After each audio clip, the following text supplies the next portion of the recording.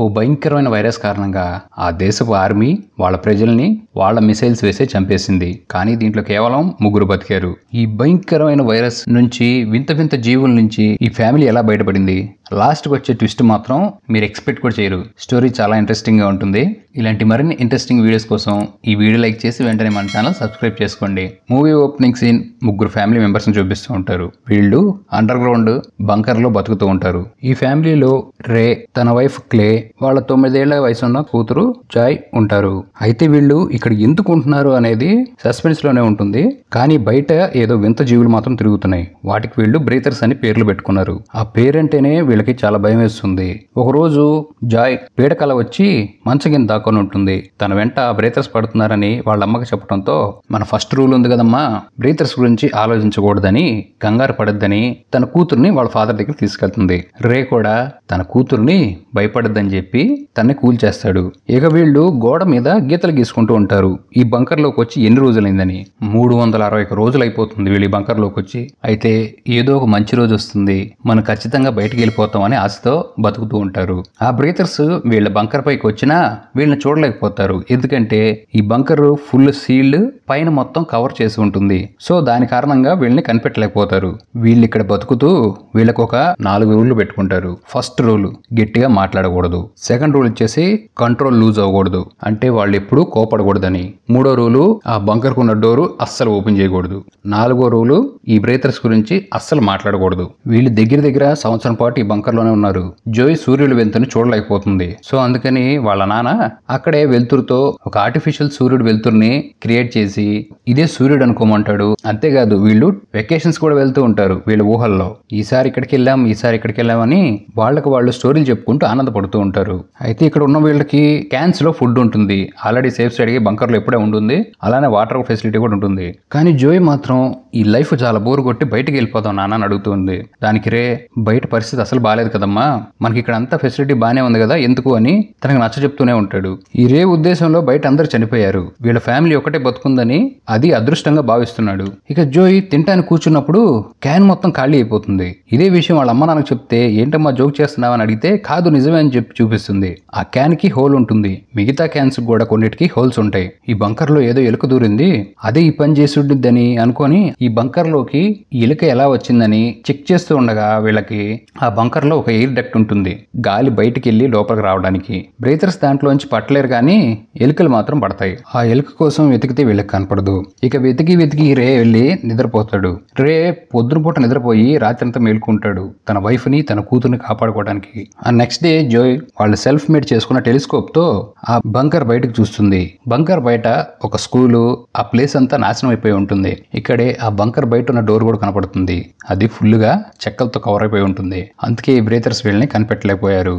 ఈ రే కిందకు వచ్చి వాళ్ళ అమ్మతో, ఈ బ్రీతర్స్ మనల్ని అసహించుకుంటారని అడుగుతుంది. లేదమ్మా, వాళ్ళు ప్రాణం ఉన్న వాళ్లే, మనకన్నా డిఫరెంట్. కొద్దిగా మనం ఎంతైతే భయపడతామో వాళ్ళని చూసి, వాళ్ళు కూడా మనం చూసి అంతే భయపడతారని చెప్తుంది. ఈ మాటల్లో ఆ ఎలుక కనపడుతుంది వీళ్ళకి. హీరో దాన్ని చంపడానికి ట్రై చేస్తూ ఉంటాడు. అయితే తప్పించుకొని పారిపోతూ ఉంటే హీరోయిన్ దాన్ని ఎట్టకేలకు చంపేస్తుంది. ఇక సేఫ్ అనుకునే లోపు ఆ ఎలుకను పట్టుకోవాల్సిన తొందరలో వాళ్ళ దగ్గర ఉన్న లాంతర్ని కింద పడేస్తారు. అది కాస్త నిప్పు వ్యాపించి అక్కడ ఉన్న టేబుల్ తగలబడిపోతుంది. ఇక చాలాసేపు కష్టపడి ఆ ఫైర్ ని కంట్రోల్ చేసి ఆపేస్తారు. అయితే నిప్పు ఆరిపోయిన తర్వాత పొగ వస్తుంది కదా, చాలా ఎక్కువగా ఆ పొగ అనేది బయటకు వెళ్తూ ఉంటుంది. ఇది చూసిన హీరోయిన్ కి ఒక్కసారిగా ఫ్లాష్ బ్యాక్ గుర్తొస్తుంది. ఒకరోజు వీళ్ళు ఇంట్లో ఉన్నప్పుడు వాళ్ళ ఇంటి పక్కన వాళ్ళు సామాన్లని సర్దుకొని ఇల్లు వదిలేసి వెళ్ళిపోతూ ఉంటారు. ఏంటి అని హీరోయిన్ అడిగితే, మీరు కూడా వెళ్ళిపోండి అని చెప్పి ఆ ఏరియాలో ఉన్న వాళ్ళందరూ కార్లు వేసుకొని వెళ్ళిపోతూ ఉంటారు. అయితే ఎంక్వైరీ చేయగా వెళ్ళి తెలిసింది ఏంటంటే, ఏదో ఒక భయంకరమైన వైరస్ వాటర్ ద్వారా వచ్చి అది ఫుల్ గా దేశం అంతా వ్యాపిస్తుందని తెలుస్తుంది. అక్కడి నుంచి మళ్ళీ సీన్ ప్రెజెంట్ లోకి వచ్చి హీరో పొగ బయటకైనా పర్లేదులే, రాత్రి అయిపోయింది, అది ఎవరికి కనపడదులే, భయపడద్దని హీరోయిన్ చెప్తే, కానీ ఎక్కువ శాతం బూడిదనేది పడుతుంది, దాని ద్వారా బ్రీతర్స్ ఈ బూడిదంతా చూసి మన దగ్గరికి తొందరగా వచ్చేస్తారని భయపడుతూ ఉంటుంది హీరోయిన్. అప్పుడే తన వైఫ్ కి 2వ రూల్ చెప్తాడు, నెవర్ లూజ్ కంట్రోల్ అని. కోపాన్ని ఎప్పుడు కంట్రోల్లో పెట్టుకోవాలి. ఆ బూడిదని తొలగించడానికి వీళ్ళు బయటికి వెళ్లాల్సిందే అని ఫిక్స్ అయిపోతారు. అయితే ఇది ఎంత ప్రమాదకరం అంటే వీళ్ళకి వేరే ఛాన్స్ లేక బయటికి వెళ్తారు. కింద కాపలాగా వాళ్ళ కూతుర్ని పెట్టి తనకి ఆ సెల్ఫ్ మేడ్ టెలిస్కోప్ ఇచ్చి మా వెనకాల ఎవరైనా వస్తున్నారేమో చూడమ్మా అని వీళ్ళు బయటికి వెళ్ళి ఆ ప్లేస్ అంతా క్లీన్ చేస్తూ ఉంటారు.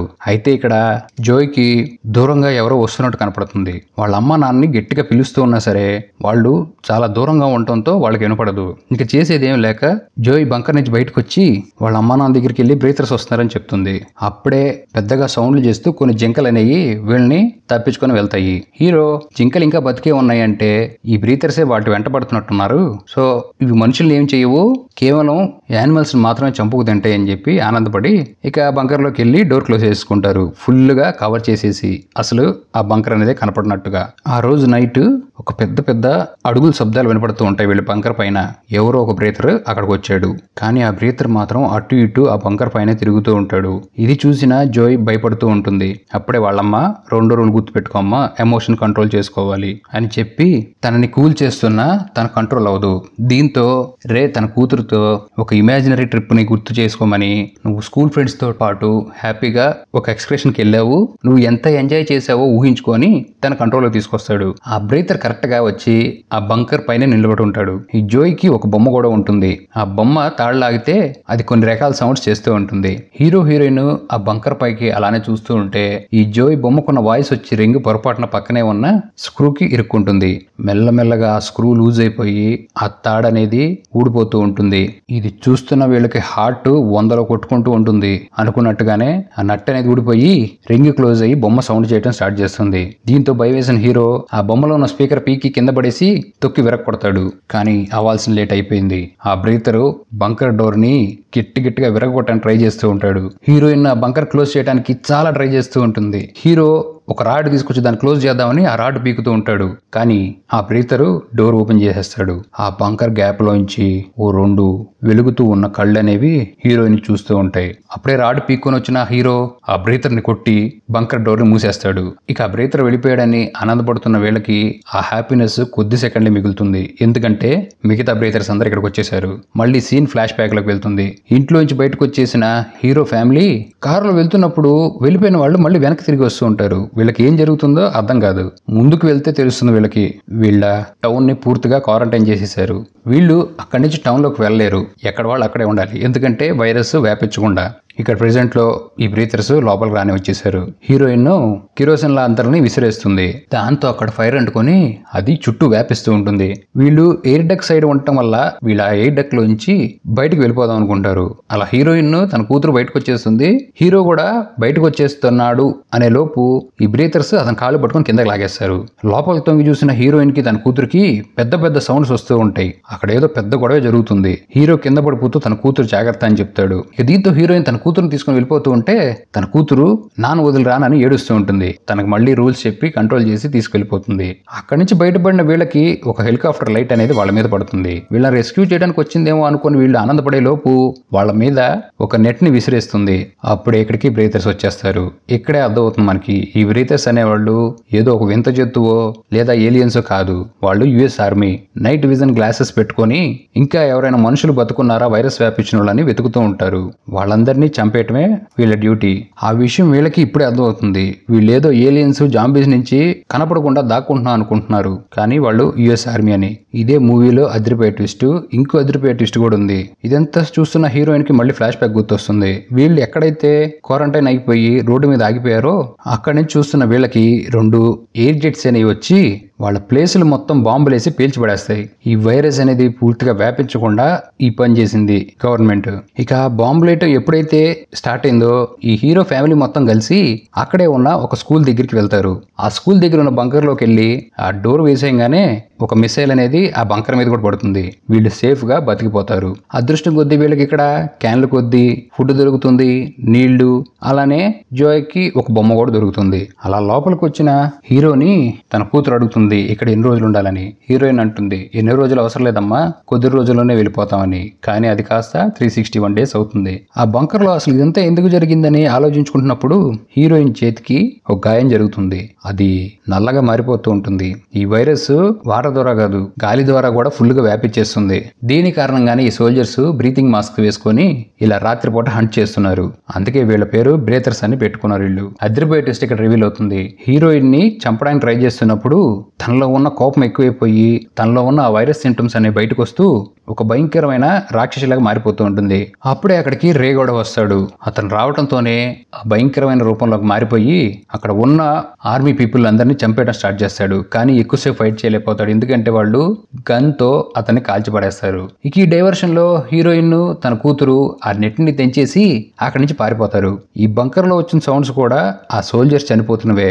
రే ఆ భయంకర రూపంలోకి మారిపోయి వాళ్ళందరినీ చంపేస్తూ ఉంటాడు. ఈ వైరస్ ఒక వింతైన వైరస్. మనిషికి కోపం వస్తే ఆ కోపం అనేది ఎక్కువైపోయి వీళ్ళు వేరే మనిషిని చంపేంత భయంకరంగా మారిపోతారు. అందుకే వీళ్ళు బంకర్ లో రూల్ పెట్టుకుంటారు, నెవర్ లూజ్ కంట్రోల్ అని. ఇక ఒక్కొక్క సోల్జర్ ని హీరోయిన్ అటాక్ చేయడం స్టార్ట్ చేస్తే హీరోయిన్ కు బుల్లెట్ తగిలి కింద పడిపోతుంది. ఇదంతా చూస్తున్న తన కూతురికి తనకు కూడా కోపం ఎక్కువైపోయి తన కూడా భయంకరమైన రూపంలోకి మారిపోయి సోల్జర్స్ అందరిని చంపేస్తుంది. ఆ కోపంలో ఉన్న జోయ్ కంట్రోల్ తప్పు ఉండటంతో తన మదర్ ఆల్రెడీ హ్యూమన్ లో మారిపోయి జోయ్ని కూడా కంట్రోల్ చేస్తుంది. ఇక వాళ్ళిద్దరు అలా కంట్రోల్కి రావడంతో జోయ్ తన తల్లికైన గాయానికి తన షర్టుతో కట్టుకట్టి పక్క నుంచి చనిపోతున్న వాళ్ళ నాన్న దగ్గర సౌండ్స్ వస్తున్నాయని రే దగ్గరికి వెళ్తారు. చనిపోతున్న రే తన కూతురికి లాస్ట్ టైము బాధపడకు అని మళ్ళీ ఒక ఇమాజిన్ ట్రిప్ లోకి తీసుకువెళ్తానమ్మా నిన్ను అని చెప్తున్న లోపు చనిపోతాడు. హెలికాప్టర్ మళ్ళీ వస్తూ ఉంటుంది. ఇక వీళ్ళిద్దరూ అక్కడి నుంచి ఒక టన్నెల్ లోకి వెళ్ళిపో ఉండగా హీరోయిన్ కట్టిన క్లాత్ అనేది ఆ టన్నెల్ బయట సొవ్వకి ఇరుక్కుపోతుంది. ఇక ఇలా వీళ్ళు లోపలికి వచ్చి చీకట్లో కూర్చున్నప్పుడు జోయ్ పేరుతో ఒక వాయిస్ వినపడుతూ ఉంటుంది. ఎవరా అని చూస్తే తన పక్కింటి వెళ్ళాడు. ఆ బయట విరుకున్న షర్ట్ ద్వారా తనకు కనుక్కున్నానని వాళ్ళిద్దరిని వాళ్ళు ఉండే ప్లేస్ కి తీసుకెళ్తాడు. వీళ్ళు ఏరియాలో ఉండడం వాళ్ళు మొత్తం ఆ ప్లేస్ లో బంకర్ లో దాక్కొని ఉంటారు. అక్కడ చాలా మంది మనుషులు బతికే ఉంటారు. దీంతో హీరోయిన్ తన కూతురు ఆ లోపలికి వెళ్లి బంకర్ క్లోజ్ చేయడంతో మూవీ ఎండ్ అయిపోతుంది.